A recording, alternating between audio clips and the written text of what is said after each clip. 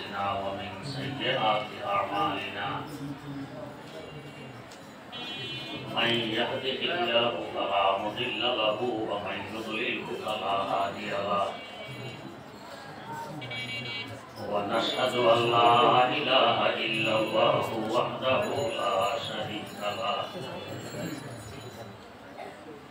ونشهد أن سيدنا ونبينا ومولانا محمدا عبده ورسوله أرسله بالحق بشيرا ونذيرا وداعيا إلى الله بإذنه وسراجا منيرا صلى الله تعالى عليه وعلى آله وأصحابه وسلم تسليما كثيرا أما بعد فأعوذ بالله من الشيطان الرجيم بسم الله الرحمن الرحيم وكذلك أوحينا إليك روحا من أمرنا وقال تعالى والذين أوتوا العلم درجات صدق الله مولانا العظيم وقال رسول الله صلى الله عليه وسلم من جاءه الموت وهو يطلب العلم ليحيي به الإسلام فبينه وبين النبيين درجة واحدة أو كما قال عليه الصلاة والسلام اللهم صل على سيدنا محمد وعلى آل سيدنا محمد كما صليت على سيدنا إبراهيم وعلى آل سيدنا إبراهيم إنك حميد مجيد اللهم بارك على سيدنا محمد وعلى آل سيدنا محمد كما باركت على سيدنا إبراهيم وعلى آل سيدنا إبراهيم إنك حميد مجيد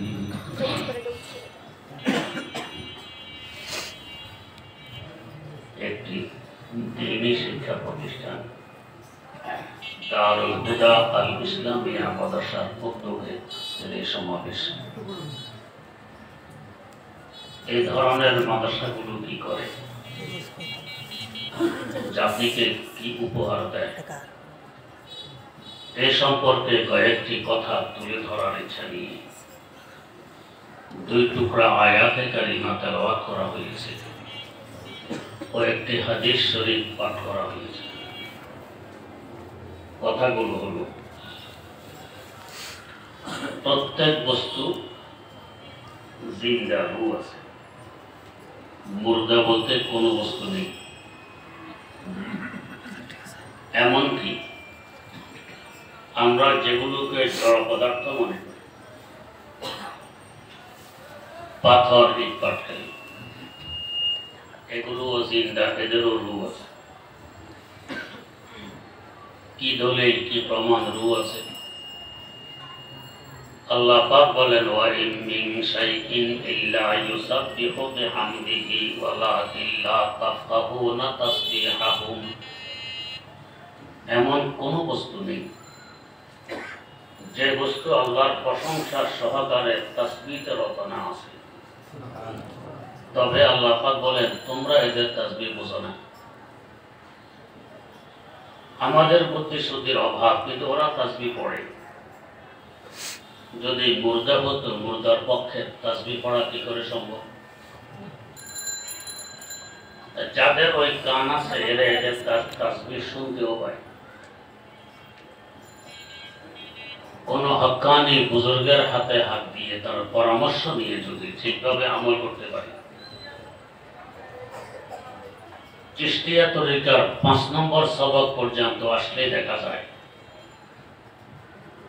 আমার জিকিরের সাথে সাথে পুরা সৃষ্টি জগতের প্রত্যেকটি ধূলিকণা পর্যন্ত জিকির করতেছে। কেউ জিকির থেকে অবসর নয়। ওয়াইন মিন শাইইন ইল্লা ইউসাব্বিহু বিহামদিহি ওয়ালাকিন লা তাফকাহুনা তাসবিহাহু। আল্লাহর প্রশংসা সহকারে সবাই জিকিরে মগ্ন। যেমন ধরুন মাটি, আমরা দেখি দেখে না, শোনে না, বোঝে না, রুহ নেই, জিন্দা নয়। যদি তাই হয়, আজ থেকে প্রায় 1450 বছর আগে ইরাকের সংঘটিত যুদ্ধ জঙ্গে সমাজ দুইজন শহীদ সাহাবী 1958 সনে স্বপ্নে দেখাইলেন আমাদেরকে এখান থেকে তুলে নিয়ে অন্যত্র দফন করা হোক। মুফতিদের কাছে ব্যাখ্যা জানতে চাইলে তারা বললেন, কবরের চতুর্দিক খনন করে দেখা যাক কি অসুবিধে।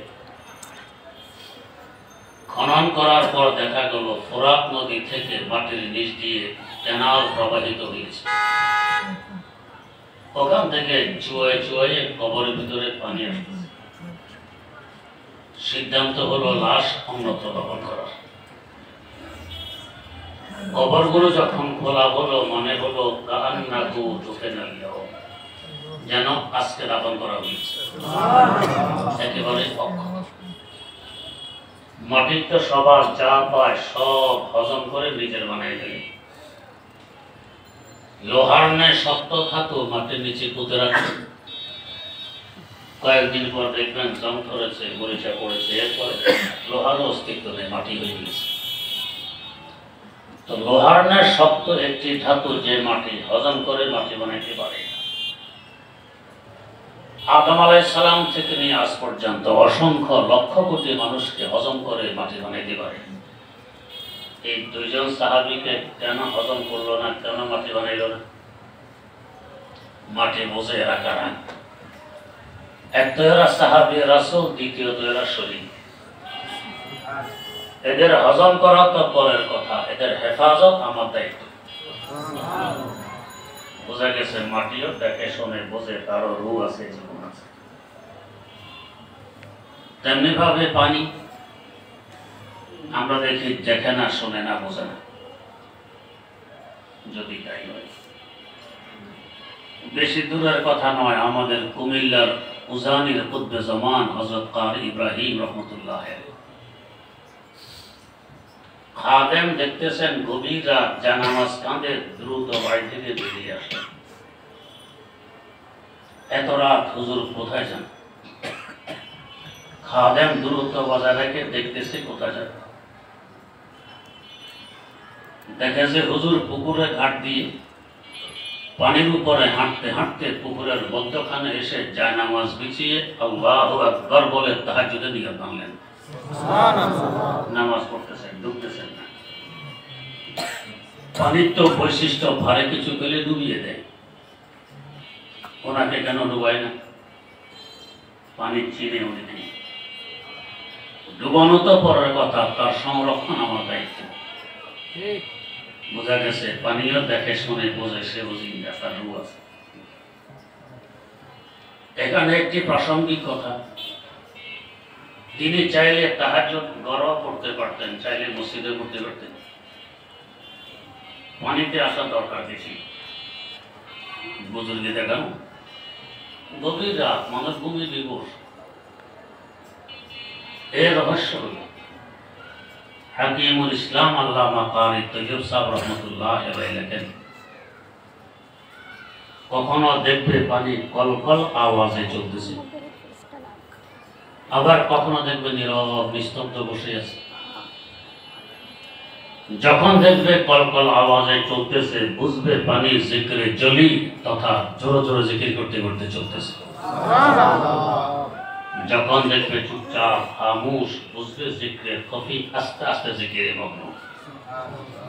তার মানে সবসময় সে জিকিরে মগ্ন। জিকিরওয়ালার কাছে গেলে কলবের জিকির জারি হয়। এখানে যদি সবাই জিকির শুরু করি, জিকির ছাড়া কেউ এমনি চুপচাপ বসে থাকতে পারবো না। তো জিকিরওয়ালার কাছে গেলে জিকির জারি হয়, উনিও জিকিরওয়ালার কাছে গিয়ে নামাজে নিয়ত বাঁধলে যাতে কলবে জিকির জারি হয়। দ্বিতীয় রহস্য, পানি হলো নরম, পেটে ঢুকাইতে চাইলে চিবানোর প্রয়োজন পড়ে না, গিললে পেটে ঢুকে। কত নরম! আমার আল্লাহ নরম, তার রাসূল সাল্লাল্লাহু আলাইহি ওয়াসাল্লাম নরম। তাই কোনো বুজুর্গ বলেছিলেন, আয় রব তো কারিমি ও রাসূলে তো কারিমি, আয় রব তো কারিমি ও রাসূলে তো কারিমি, সদ শুকর কে হাসতে মুমিয়ানে তো কারিমি, সদ শুকর কে হাসতে মুমিয়ানে তো কারিমি। আল্লাহ, তুমি এক মেহেরবান নরম খোদা, তোমার হাবিব সাল্লাল্লাহু আলাইহি ওয়াসাল্লাম আরেক মেহেরবান নরম রাসূল। দুই নরমের মধ্যখানে আমরা আশাবাদী ফেলে দিবে না। যারা নিষ্ঠুর এরা তাড়িয়ে দেয় দূর থেকে, যাদের অন্তর নরম এরা বুকে জড়িয়ে ধরে। তুমিও নরম, তোমার হাবিবও নরম, ফেলে দিবে না। নরমের কাছে গেলে কলব নরম হয়, নরম কলবে নরম আল্লাহ সহজে দন্না দেন। আগের যুগে একজন মানুষ গ্রামে মারা গেল, গোটা এলাকার শোকের ছায়া নেমে আসত। এখন কত লোক সামনে মারা যাচ্ছে, অনুভূতিতেও আসে না। ব্যবধান কেন? আগে থাকা হতো কাঁচা ঘরে, নরম ঘর, কলব থাকতো নরম। এখন থাকা হয় পাকা ঘরে, শক্ত ঘর, অন্তর হয়ে গেছে শক্ত। নরমের কাছে গেলে অন্তর নরম হয়, শক্তের কাছে গেলে অন্তর শক্ত হয়। আর নরম কলবে সহজে আল্লাহ পাক দন্না দেন। তাই নরমের কাছে পানিতে গিয়ে তাহাজ্জুদ নিয়ে যাতে কলব নরম হয়, সহজে আল্লাহ পাক দন্না দিবেন। বলার উদ্দেশ্য, পানিও দেখে শুনে বুঝে। তেমনিভাবে বাতাস, আমরা দেখি বাতাসের জীবন নেই, রু নেই, দেখে না, শুনে না, বোঝে না। যদি তাই হয়, হাকিমুল ইসলাম আল্লামা তারিক তাইয়্যিব সাহেব রহমাতুল্লাহ আলাইহি লিখতেছেন, এক আল্লাহর ওলি নাম ছিল শাহদৌলা। উনি ওনার স্ত্রী যমুনা নদীর তীরে একটি নড়বড়ে ঝুপড়িতে বসবাস করতেন। একদিন জোরসোরে তুফান আরম্ভ হয়। উনি স্থির ঝুপড়িতে আল্লাহ মিলায় মগ্ন। বাইরে তুফান না অন্য কিছু, এদিকে কোনো ভূক্ষেপ নেই। আর স্থির থাকবেন ওই না বা কেন? উনি তো বোঝেন আমি তো একজনের গোলাম। গোলাম কি খাবে, কই থাকবে, কি করবে, এই দায়িত্ব গোলামের নাম উনি গেছে। এগুলো মনিবের দায়িত্ব, আমার দায়িত্ব মনিবের গোলামি করা। গোলামে পুখতাকারে সৌবরাজে তাহারে কন্তরজো, গোলামে পুখতাকারে সৌবরাজে তাহারে কন্তরজো, একাস নকশাতে ওয়ানকশায়াত বরকমতি মুইমারা। থাকা খাওয়া পড়া নিয়ে গোলাম চিন্তা করবে না, গোলাম গোলামি নিয়ে চিন্তা করবে। তার সব ব্যবস্থা আমার আল্লাহর হাতে। তাই উনি স্থির, আল্লাহ মিলায় মগ্ন। স্ত্রী বারবার বলতেছেন, আরে তুফান তো ঝুপড়ি ফেলে দিচ্ছে, আপনি স্থির, তো কি করবো? বাঁশ বুঁশ নিয়ে একটু ঠেকা ঠোকা দেন। স্ত্রীর যন্ত্রণায় বাঁশ নিয়ে বের হলেন। বের হয়ে যেদিক থেকে তুফান ঠেলতেছে, উনিও সেদিক থেকে বাঁশটা নিয়ে ঠেলা শুরু করছেন। তুফানও ঠেলে, উনিও ঠেলেন। এই অবস্থা দেখে স্ত্রী বলেন, আরে আপনার বুদ্ধি শুদ্ধি কোথায় বিদায় নিয়ে গেছে? কেন? তো তুফানও ঠেলে, আপনিও ঠেলেন। ঝুপড়ি যদি আধা ঘন্টা পরে পড়তো, এখন তো আধা ঘন্টা আগে পড়বে, তো কি করবো? উল্টা দিক থেকে লাগাইছিল। আল্লাহর ওলি শাহদৌলা জবাব দিলেন, আমি আমার আল্লাহর সাথে হাত ধরবো? আমার আল্লাহ যেদিকে, শাহদৌলা সেদিকে। বলতেছেন আর ঠেলতেছেন। আল্লাহ যেদিকে শাহদৌলা সেদিকে, তুফান ওঠালে উনি উঠালেন। আশেপাশের ঘর বাড়ি তো মেসমার হয়ে গেছে, শাহদৌলার নড়বড়ে ঝুপের কিছুই হয়নি। কেন হইল না? বাতাস বোঝে ঝুপড়ি টিকায়। এটি উড়িয়ে নেওয়া তো পরের কথা, এর হেফাজত আমার দায়িত্ব। বাতাসের রূপ আছে, জীবন আছে, দেখে শুনে বোঝে। তেমনি ভাবে আগুন যেখানে লাগিয়ে দেওয়া হয় জ্বালিয়ে পুড়িয়ে বর্ষ বানায় দেয়, দেখে না, শোনে না, বোঝে না, জীবন নেই। যদি তাই হয়, শাইখুল হাদিস আল্লামা জাকারিয়া রহমতুল্লাহ আলাইহি তারিখে মাশায়েখে চিশতি নামক কিতাবে লিখেছেন, হযরত খাজা মুঈনুদ্দিন আজমিরি রহমতুল্লাহ আলাইহির পীর খাজা ওসমান হারুনি রহমতুল্লাহ আলাইহি কোথাও যাচ্ছেন, ওয়াজ নসিহত করবেন, পথিমধ্যে দেখতেছেন কিছু লোকজন আগুন জ্বালিয়ে আগুনের পূজা করতেছে। কেউ তাওয়াফ করে, কেউ কুর্নিশ করে, কেউ রুকু করে, কেউ সিজদা করে। বুঝাইলেন ভাইয়েরা, আগুন উপাসনা, উপাস্য আগুনের সৃষ্টিকর্তা। এরা বলছে আমাদের বাপদাদা 14 গোষ্ঠী আগুনের পূজা করে আসতেছে, তোমার একা কথা আমরা ছেড়ে দিব? তাহলে তো বোঝা গেল বহুদিন যাবৎ তোমরা আগুনের পূজা করতেছো। এতদিনে তো আগুন তোমাদের উপর সদয় হয়ে যাওয়ার কথা। একটি আঙ্গুল আগুনের ভিতরে ঢুকাও, যদি দেখো আরাম লাগে তো ঠিক আছে, পূজা আরো করো, পূজার কাজে লেগে গেছে, আগুন সদয় হয়ে গেছে। আর যদি দেখো না আরাম নয়, বরং গরম লাগে, জ্বলে যাচ্ছে, তোমাদের পূজা পাঠ চলে গেল, আগুন তো সদয় হলো না, বেকার গেল। এরা বলছে তাহলে তুমি যে বলতেছো তুমি আগুনের সৃষ্টিকর্তার পূজা করো, তুমি আগুন ঢুকাও, দেখে তোমার সৃষ্টিকর্তা তোমার আগুন রক্ষা করে কি। আল্লাহ বলি খাজা ওসমান হারুনি রহমতুল্লাহ আলাইহি বললেন, আগুন ঢুকাবো না আমি নিজের ভিতরে ঢুকে পড়বো? কি আস্থা, কি ঈমান আমার। তিনি তো বোঝেন যারা আমার ক্ষমতায় আগুনের নিজস্ব না আল্লাহ দেয়। আল্লাহ আদেশ দিলে জ্বালায়, নিষেধ করলে একথা বলে ঢুকে পড়লেন আগুনের ভিতরে। কিছুক্ষণ ঘুরে ফিরে বেরিয়ে আসলেন, একটি পশমও জ্বলল না। কেন? আগুনের তো বৈশিষ্ট্য যা পায় পোড়ায় দেয়, জ্বালিয়ে পুড়িয়ে পশম বানায় দেয়। একজন মানুষ তার ভিতরে এতক্ষণ ঘুরে ফিরে আসলে একটি পশমও জ্বালাইল না, কারণ কি?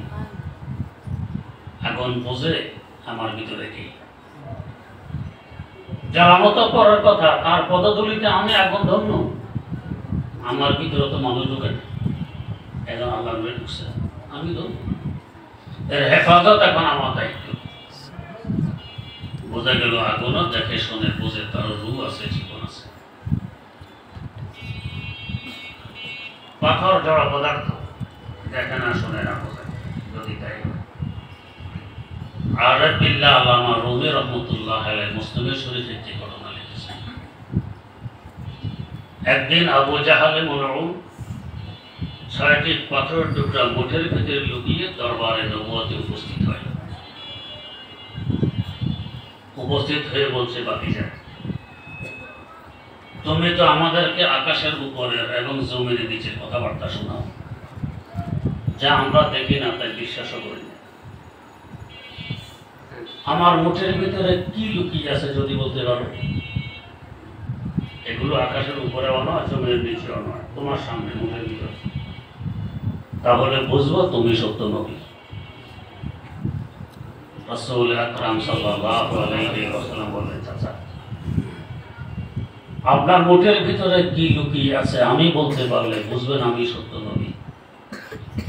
আপনার মুঠের ভিতরে লুকায়িত বস্তুগুলো যদি সাক্ষী দিয়ে দেয় যে আমি সত্য নবী, তাহলে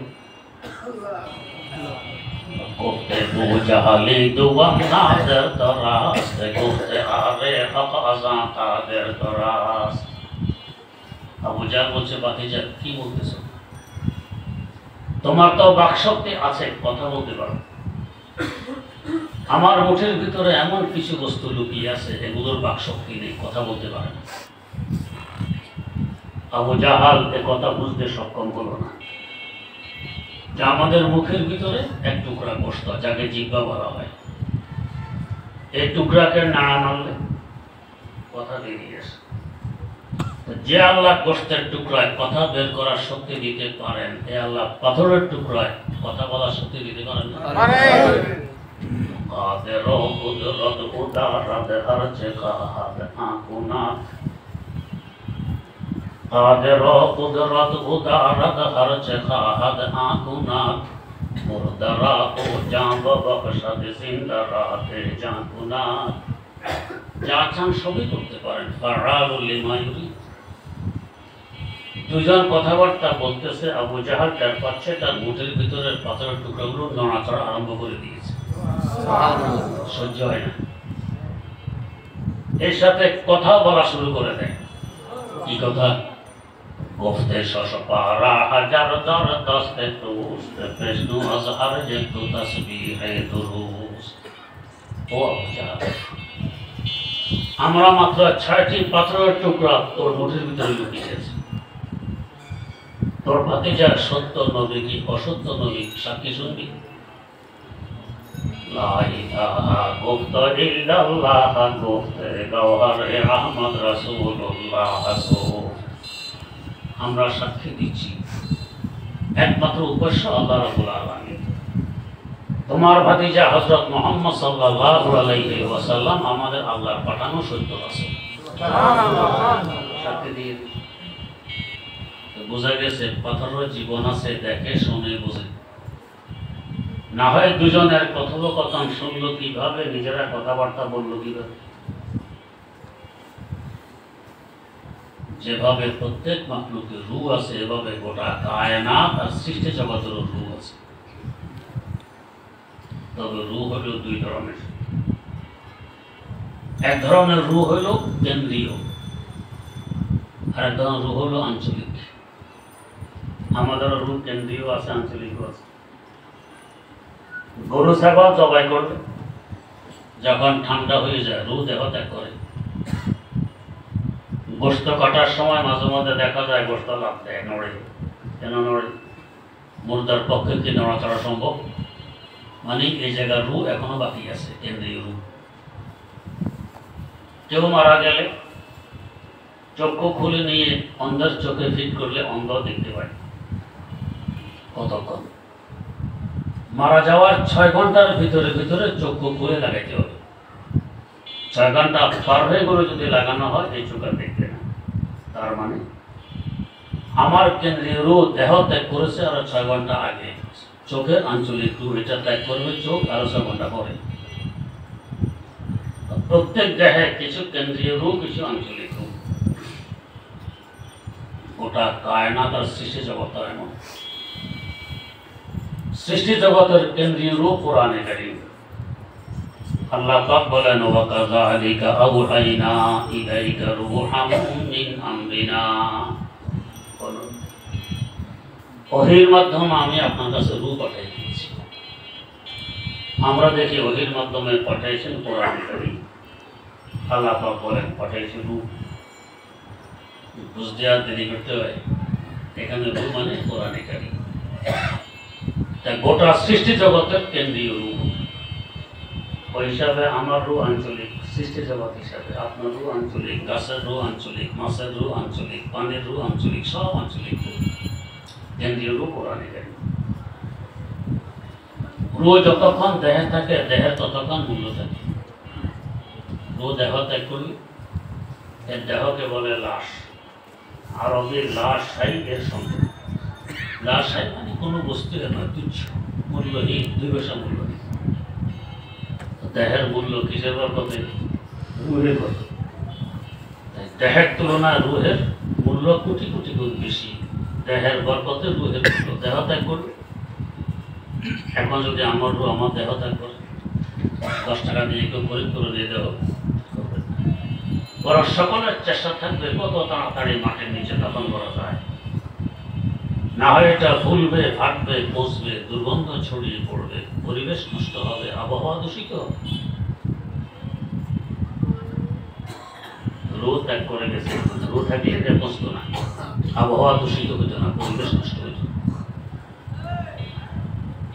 তেমনি ভাবে কোরআন কারীম, গোটা সৃষ্টি জগৎ থেকে কোরআন কারীমের মূল্য কোটি কোটি গুণ বেশি, যেহেতু এটা কেন্দ্রীয় রূপ। গোটা জগৎ দেহ কোরআন, যখন কোরআন জগৎ ত্যাগ করবে, রূহ দেহ ত্যাগ করবে, জগৎ তার দৈহিক অস্তিত্ব ধরে রাখতে পারবে না।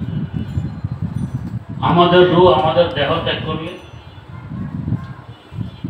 এক দুদিন থাকবে দেহ, এরপরে ফুলবে, পচবে, ফাটবে, এক সময় দৈহিক অস্তিত্ব বিলীন হয়ে যাবে। কোরআনে কারীমও যখন এই দেহ দুনিয়া ত্যাগ করবে, করবে তো এক সময়।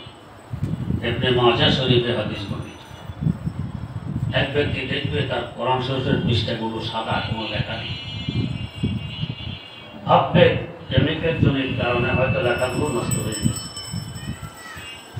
আরেক ব্যক্তিকে গিয়ে জিজ্ঞেস করবে, তোমার কোরআন শরীফটা একটু দেখো তো, আমার কোরআন শরীফে দেখে লেখা নেই। ওই ব্যক্তি তার কোরআন শরীফগুলো দেখবে, ওইটাও সাদা, লেখা নেই। এইভাবে কয়েক ওয়াক্ত একসাথে গোটা দুনিয়া থেকে কোরআনে কারীম মুছে যাবে, উঠে যাবে, রূহ দেহ ত্যাগ করে ফেলেছে। এরপরে দু চার দিন দুনিয়া থাকবে পছন্দ হওয়া অবস্থায়, চতুর্দিকে ফিতনা, ফাসাদ, দাঙ্গা, হাঙ্গামা, অশান্তি, আগুন দাউ দাউ করে চলবে।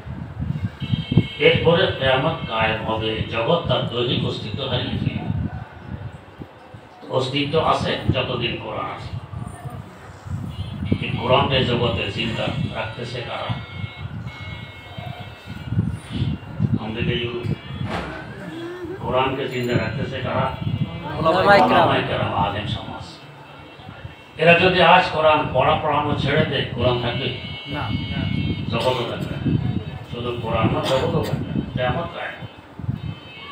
রূহের হেফাজত, রূহের খেদমত এরা করতেছে আলেম সমাজ। এই জন্যই তো নবী করিম সাল্লাল্লাহু আলাইহি ওয়াসাল্লাম বলে গেছেন, খায়রুকুম মান তাআল্লামাল কোরআন ওয়া আল্লামা। তোমাদের মধ্যে সর্বোত্তম ওই ব্যক্তি, সবচেয়ে দামি, মূল্যবান ওই লোকটি যে কোরআন শিখে এবং শিখায়। কেন সে এত দামি, এত মূল্যবান? রূহের খেদমত করে, রূহের সেবা করে। আমরা কেউ আছে দেহের সেবা করি, কেউ আছে রূহের সেবা করি। দেহের সেবা করে যেমন কৃষক চাষাবাদ করে, শস্য উৎপাদন করে, দেহের খোরাকের ব্যবস্থা হয়, এটা দেহের সেবা। দেহের খেদমত করে ইঞ্জিনিয়ার, বিল্ডিং বানায়, কলকারখানা বানায়, দেহ আরাম পায়, দেহের সেবা। দেহের সেবা করে ডাক্তার, চিকিৎসা করে, দেহ রোগ থেকে মুক্তি লাভ করে, আরোগ্য লাভ করে, শান্তি পায়, দেহের সেবা। এদের যদি নিয়ত ভালো থাকে, কৃষক বলেন, ইঞ্জিনিয়ার বলেন, ডাক্তার বলেন, নিয়ত যদি ভালো থাকে, অনেক সব, যেহেতু এরা খেদমত করে, সেবা করে। বুজুর্গি বজুজ খেদমতে খালক নিস্ত, বুজুর্গি বজুজ খেদমতে খালক নিস্ত, না তসবিহ সাজ্জাদ ও তলক নিস্ত। বাস্তব বুজুর্গি এইটাই, আমার মাখলুকের খেদমত করো, তাদের উপর দয়া করো, উপরওয়ালা তোমার উপর দয়া করো।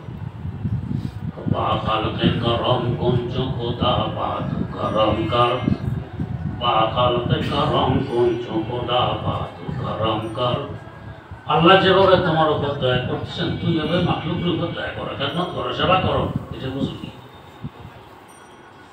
আলেম সমাজ রূহ তথা কোরআনে কারীমের খেদমত করে, তারা রূহের সেবা করে, এরা রূহের সেবক। দেহের তুলনা রূহের মূল্য যে পরিমাণ বেশি, দেহের সেবকের তুলনা রূহের সেবকের মূল্য ওই পরিমাণ বেশি।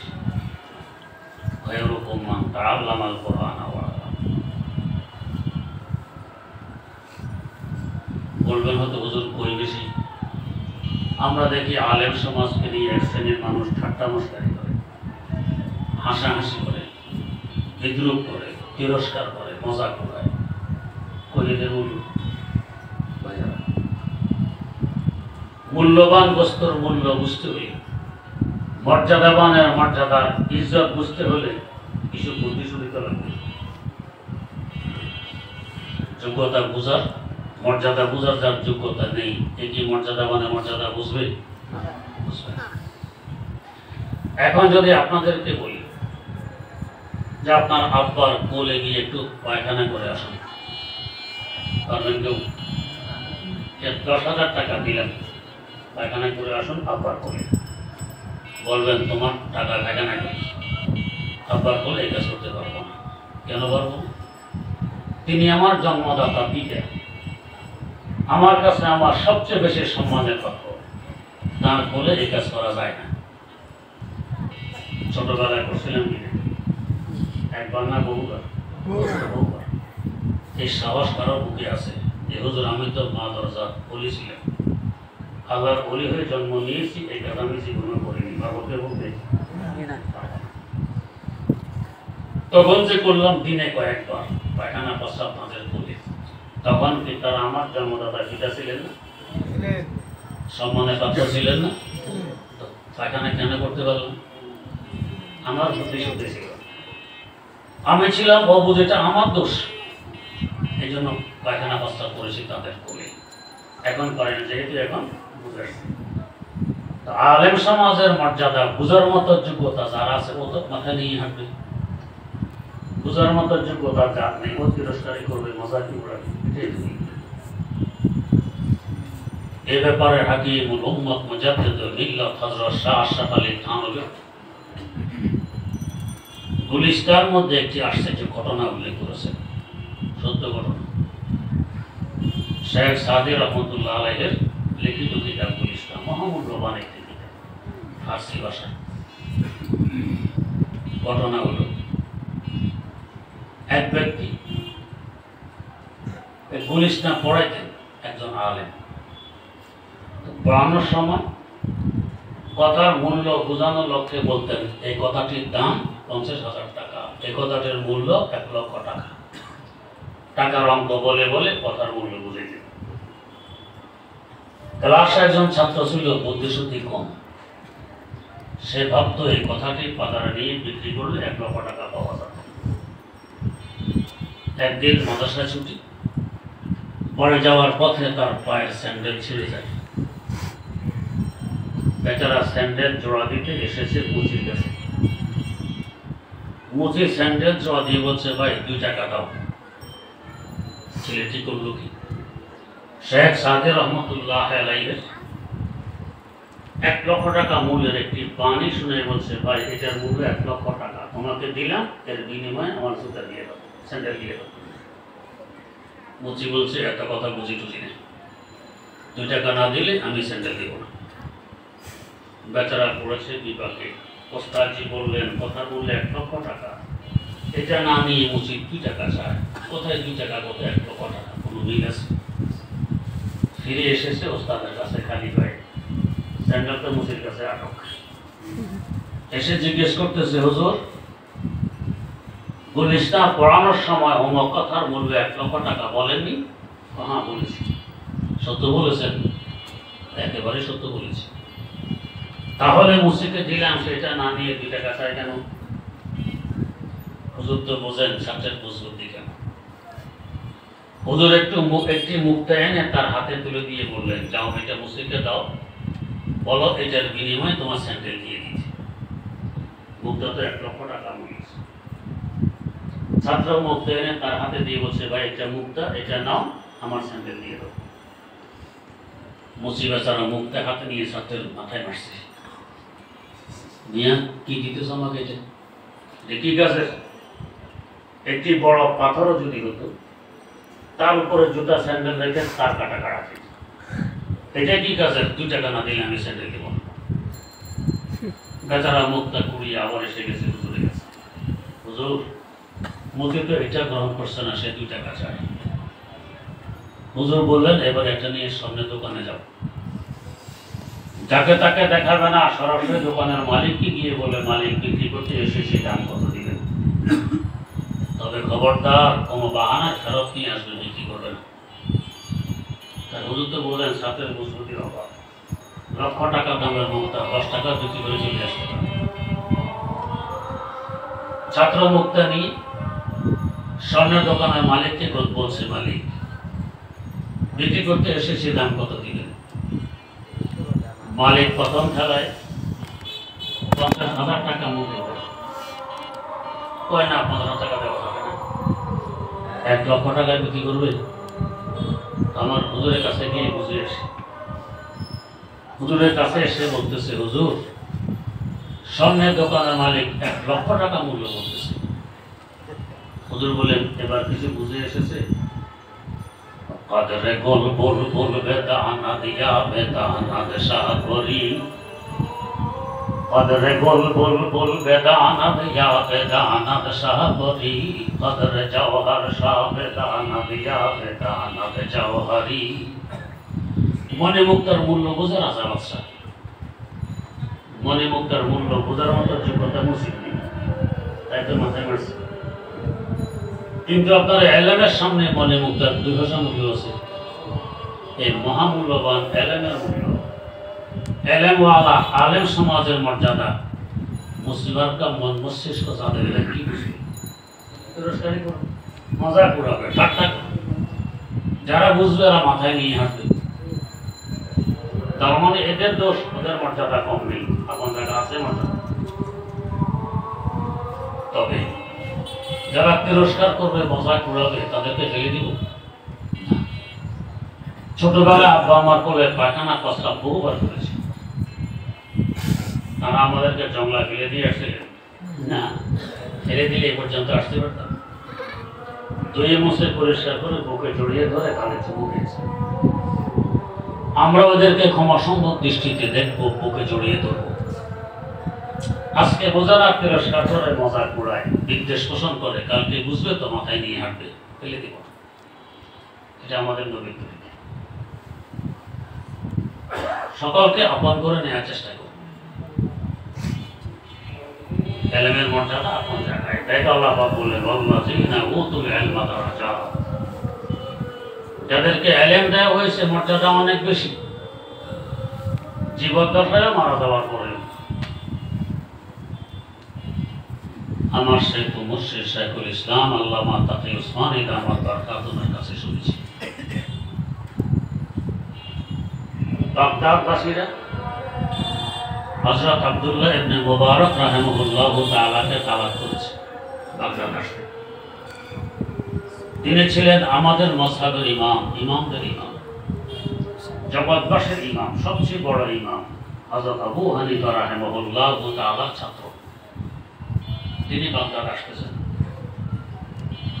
বাগদাদ থেকে অসংখ্য মানুষ তাকে এগিয়ে আনার জন্য দূর পর্যন্ত এসে গেছে। বিশাল কাফেলা তাকে নিয়ে বাগদাদ প্রবেশ করল।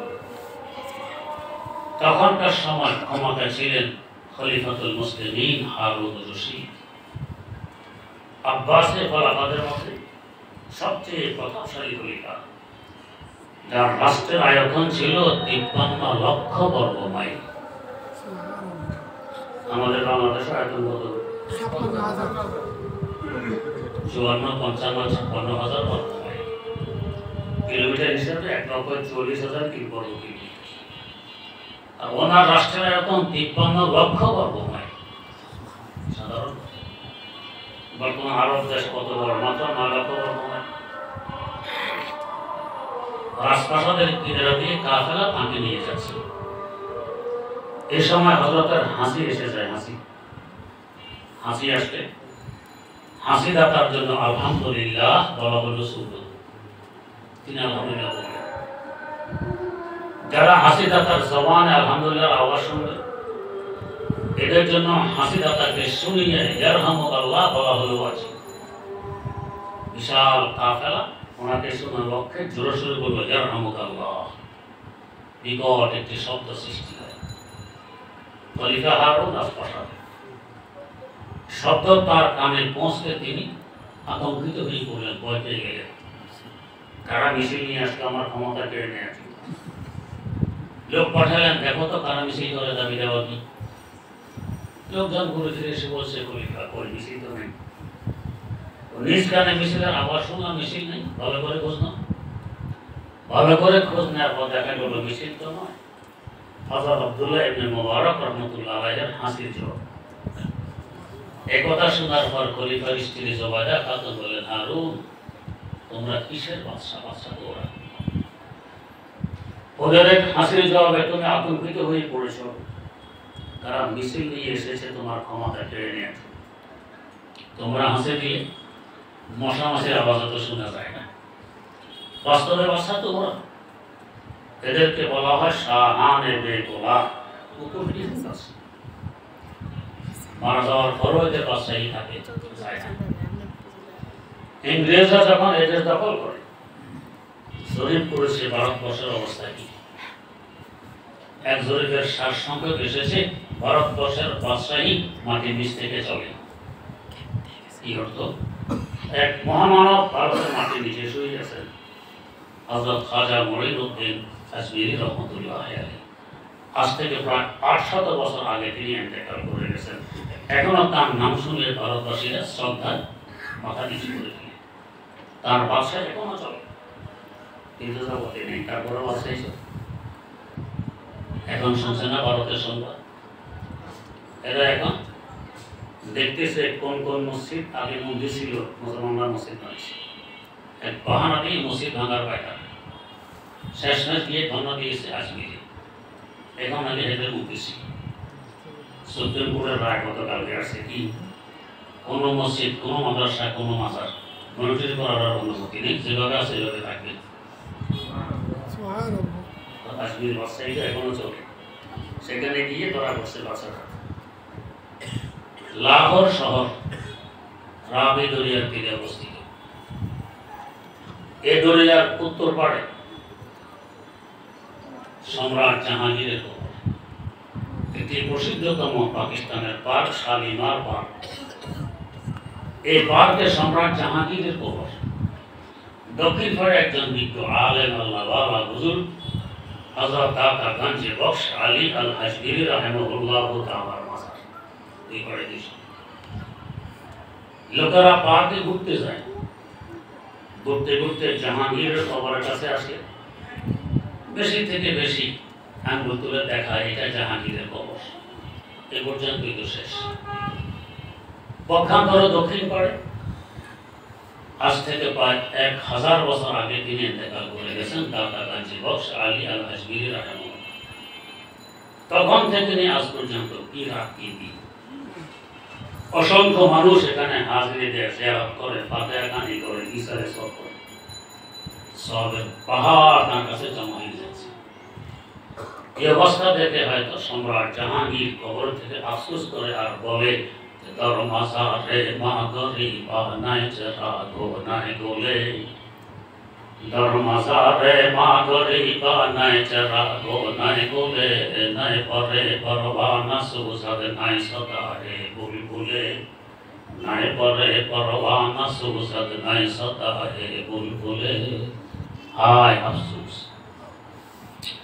একসময় তো ছিলাম মুকুটধারী সম্রাট, এখন আমি এতিমের ন্যায় একটি অন্ধকার পথে একা একা পড়ে আছি, অসহায় অবস্থা। একজন মানুষ পৃথিবীতে নেই যে আমার একটু খোঁজ নিবে, একটি নেকি পাঠাবে, একজন মানুষ নেই। পক্ষান্তর ওই পারে একজন আলেম, 1000 বছর যাবৎ অসংখ্য মানুষ তার খোঁজ নেয়, ইশারে সওয়াব করে, নেকির পাহাড় তার কাছে জমা হয়ে যাচ্ছে। আমি অসহায় খালি হাত। দরমাজারে মা গরিবা নাই চরা গো নাই গোলে, দরমাজারে মা গরিবা নাই চরা গো নাই গোলে, নাই পরে পরবানা সুজাদ নাই সদারে বুলবুলে। তার মানে মারা যাওয়ার পরও দেখাতে পারছে আল্লাযীনা উতুল ইলমা দারাজাত। আমাদের দেশের দিকে তাকান, আমার উস্তাদ, আমার প্রথম পীর কায়েদে মিল্লাত হযরত হাফেজি হুজুর রহমাতুল্লাহ আলাইহি যখন ইন্তেকাল করেন, আমি তখন পড়াচ্ছি, পত্রিকায় দেখেছি 8 লক্ষ রোগের সমাধান তার জানাজা। এর আগে বাংলার জমিনে এত বড় জানাজা প্রতিষ্ঠিত হয় কি? এত লোক টেনে আনলো, না ক্ষমতা ছিল, না অর্থ ছিল, না শিল্পপতি, না কিছু। এলেম আছে, আমার আছে, বাদশাহী। এরপরে দেশে আসলাম। আমার উস্তাদ মোহতারাম লালবাগ মাদ্রাসার প্রিন্সিপাল মহাদেশ সাহেব হুজুর হযরত মাওলানা হেদায়েতুল্লাহ রহমতুল্লাহ আলাইহি ইন্তেকাল করলেন জাতীয় ঈদগাহ ময়দান তিলধরা জায়গায়। এরপর আমার উস্তাদ মোহতারাম শেখুল হাদিস আল্লামা আজিজুল হক রাহিমাহুল্লাহ তাআলা ইন্তেকাল করলেন রমজান মাস জাতীয় ঈদগাহ ময়দানে তিলধরা জায়গায় ইন্তেকাল করলেন। চরমনায় হুজুর পত্রিকায় দেখেছি 20 লক্ষ লোকের সমাগম তার জানাজা, অথবা জানাজা তো টাউনও হয়নি, কোথায় চরমনাই এত দূরে, সেখানে এত লোকের সমাগম। এরপর ইন্তেকাল করেন আমার উস্তাদ হযরত মুফতি ফজলুল হক আমিনী রাহিমাহুল্লাহ। অর্ধেক টাকা যেন তলিয়ে যাবে, যেন ফেরেশতারা বিচরণ করতেছে, সাদা টুপি আর জুব্বা, কি নূর ভাসতেছিল। আল্লাযীনা উতুল ইলমা দারাজাত, জীবদ্দশায় আল্লাহ পাক তাদেরকে বাদশাহী দান করে রেখেছেন, মারা যাওয়ার পরও তাদের হাতে বাদশাহী। পক্ষান্তরে বড় বড় বুদ্ধিজীবী মারা যায়, পত্রিকায় আসে কত বড় অক্ষরে হেডলাইন করে, জানাজার ছবি দেয়, ছবি 1-150 লোক হবে, আছে মাথায় আলকাতরা মাথা, হুজুর কয়জনের আছে আল্লাহ ভালো জানে। এই হলো অবস্থা। আর একজন আলেম জানাজার টাকায় দেখবেন মানুষের দল নূর যেন চতুর্দিকে চমকেতেছে, বাসতেছে। জানাজায় তো মানুষের দল না। ওয়াল্লাযীনা উতুল ইলমা দারাজাত। তাই বলি ভাইয়া, আমাদের সন্তানকে আমরা মাদ্রাসায় পড়াই, বিজ্ঞ আলেম বানাই। যদি বাস্তবে কোরআন সুন্নাহর ইলম তার সিনায় ঢোকে এবং ইলম অনুযায়ী সে আমল করে, ইনশাআল্লাহ দুনিয়া নিয়ে তাকে চিন্তা করতে হবে না, দুনিয়া তাকে নিয়ে চিন্তা করতে হবে। বুঝার জন্য বলছি।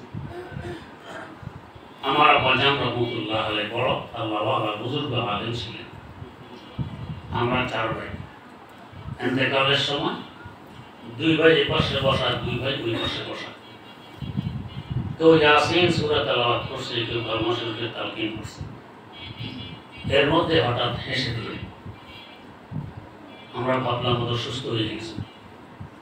হাসার পর থেকে আর নাইকেরি ঠান্ডা হয়ে গেলেন, বিদায় নিয়ে গেলেন। এই হাসি মুখে নিয়ে তিনি কবর জগতে পৌঁছলেন। এর রহস্যটা আল্লাহ ভালো জানেন, আমরা তো কেউ বুঝি। হয়তো আনন্দিত হলে যে আলহামদুলিল্লাহ ছেলেদেরকে মাদ্রাসায় পড়াইছি, সুন্নত তরিকার মোতাবেক আমাকে তারা বিদায় দিয়ে দিয়েছে, হাসতে হাসতে বিদায় দিয়ে দিল। গোসল আমরা ছেলেরা দিয়েছি, অন্য মানুষের মাধ্যমে নয়। কবর আমরা ছেলেরা খনন করেছি, কাফন আমরা পড়াইছি, জানাজার নামাজের ইমামত আমি করেছি, কবরে আমরা রেখেছি, মাটি আমরা দিয়েছি। আজ থেকে 42 বছর আগে আব্বাজানের ইন্তেকাল হয়। আজ পর্যন্ত বাড়িতে গেলে, আমাদের বাড়ি কুমিল্লা জেলার আকসান্তান, আলহামদুলিল্লাহ কোনো দিন বাদ জানাজা অন্তত একবার আব্বা আমার কবর কিনারে হাজিরি না দেয়া হয়। কখনো দিনে 4 বার 5 বার হয়। আশেপাশে মাহফিলে গেলে ঢাকা ফেরার সময় রাত্রে 2টা বাজুক 3টা বাজুক আগে আব্বা আমার কবরের পাশে হাজিরি হয়, ইশারা সওয়াব হয়, তারপরে ঢাকা দিয়ে রওনা করা হয়। এই যে বন্যাসী দক্ষিণ ফেনী, নোয়াখালী, কুমিল্লা, আমাদের ঘরের ফ্লোর আর ভিটি বাকি ছিল, বাকি পুরা পানি। এ সময় কিছু হাতিয়ে নিয়ে এলাকায় যাওয়া হয়েছিল। আসার সময় রাত হয়ে গেছে মাগরিবের পর। তারপরও আব্বা আমার কবরের পাশে হাঁটু পানি, এই হাঁটু পানি ভেঙে তারপরও কবরের পাশে গিয়ে আগে ইসালে সব, তারপর ঢাকা দিয়ে রওনা করেছে। ওনারা ঠকেননি, আমরাও ঠকেনি, বরং দমে দমে তাদের কৃতজ্ঞতার প্রকাশ করে আমাদেরকে মাদ্রাসায় পড়াইতেছেন। আলহামদুলিল্লাহ আমরা ধন্য, তারাও ধন্য। সন্তান মাদ্রাসায় দিবেন, ইনশাআল্লাহ সে ঠকবে না, আপনারাও ঠকবেন না। আল্লাহ রাব্বুল আলামিন আমাদেরকে তৌফিক দান করুন।